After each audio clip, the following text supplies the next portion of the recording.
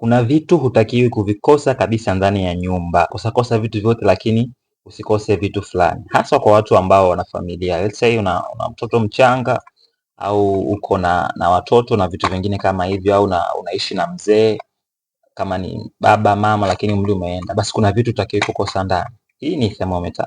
Thermometer ni kipima joto, okay? Ni kifaa ambacho kinatumika kupima kiwango cha joto. Dalili ya kwanza au ni miongoni mwa vitu ambavyo watu wanavizingatia sana. Kitaalamu wanaita vital signs. Vital signs inajumuisha kimojawapo ni joto ridi la mhusika.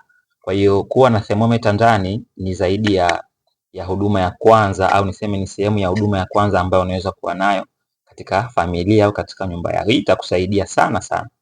Pengine utaulizwa swali la kwanza, okay, anapandisha homa? Sasa tumeshazoea kuweka mkono kwenye paji la uso la mhusika na kusema sijui au anapandisha au la. Lakini kama mwili wako una joto kuliko mgonjwa, let's say umeweka mkono kwa mgonjwa ambaye temperature yake iko chini kuliko yako, ni ngumu sana kugundua kama ana homa. Kwa hiyo thermometer inahitajika sana ndani ya nyumba.